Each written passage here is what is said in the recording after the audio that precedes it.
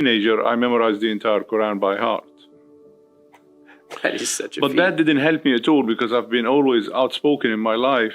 So it didn't help me, to say the least, because then when I asked a question, I got punished severely for it, because now you're challenging the authority of Allah Wow. in the Quran. In their opinion, they're preventing you from falling into hellfire, which Allah promises severe punishment to those who question Him in the Quran, in many sections of the Quran. In Ramadan, I did the beads, like the Roman Catholic, the worry beads. Muslim carry them around. I did maybe 2,000 vain repetition prayer every night because of the fear. If I don't do them, Allah will punish me and punish all my family. So there was nothing out of content, out of love and relationship with Allah. It was always out of fear. And she would bring out something in the Bible, and the first thing out of my mouth will be, which is what a Muslim would say, yeah, don't worry about it, the Bible is corrupt, because the Bible is being translated. But then when I research into the Quran is corrupt, according to Islamic references that are 100% authenticated and approved and acknowledged by all Islamic authorities around the world. Sahih Bukhari says that there were supposed to be 116 chapters, and another reference, Sahih Muslim, would say in volume 3 would say there are supposed to be 111 chapters. Wow. But we have 114 chapters. Wow. So if you think about it, they either took away 2 chapters or added 3 chapters. Plus, it's only in Arabic.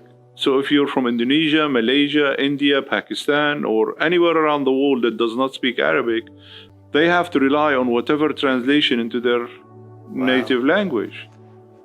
So they cannot dismiss it and say the Bible is corrupt because it's translated. The Quran is corrupt because it's translated as well.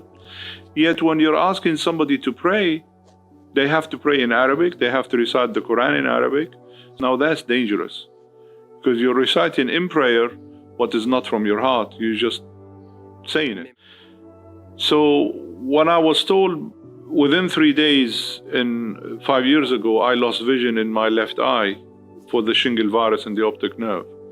The hospital told me, the first hospital said the virus traveled backward into the brain and it's eating the brain.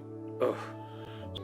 So when I got in, I told them I need you to do all the tests from the beginning. Forget this 2 inches dossier that the first hospital sent with me, and do your own tests. So they did. Within an hour, it was just after midnight, the doctor came to me and he had the dullest and the most sad look in his eyes. And he said, you know, my friend, I'm afraid all the statistics are against you. If you survive until the morning, we're gonna have to induce a coma to slow the virus, because I'm worried it's gonna go into your right eye.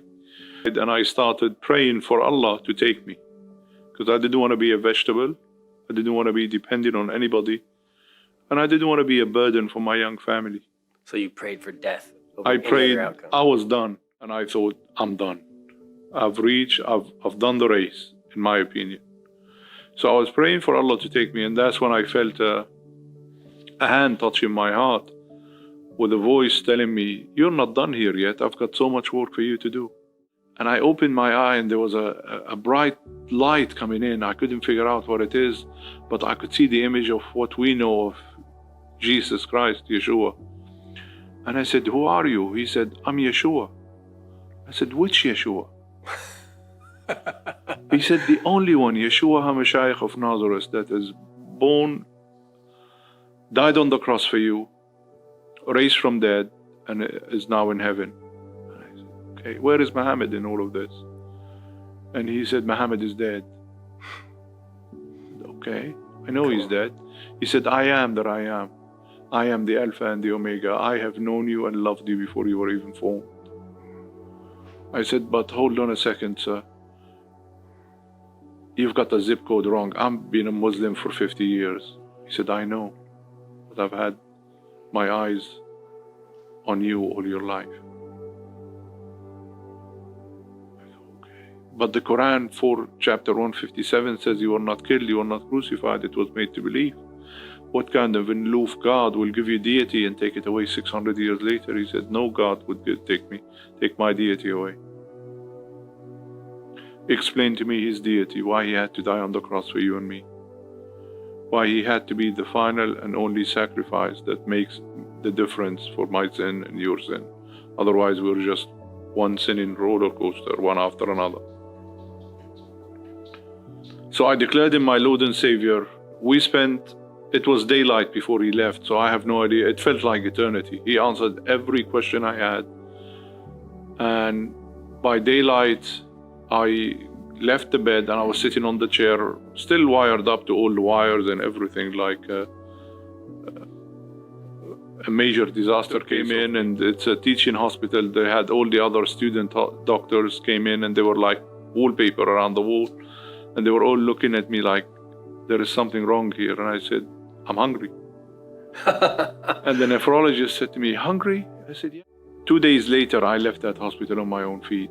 I declared him as my Lord and Savior to him, and I left on my own 2 feet 2 days later. Amazing. Walked out of that hospital. In fact, they brought me the wheelchair and they said, Mr. Besmar would like you to sit down and the nurse will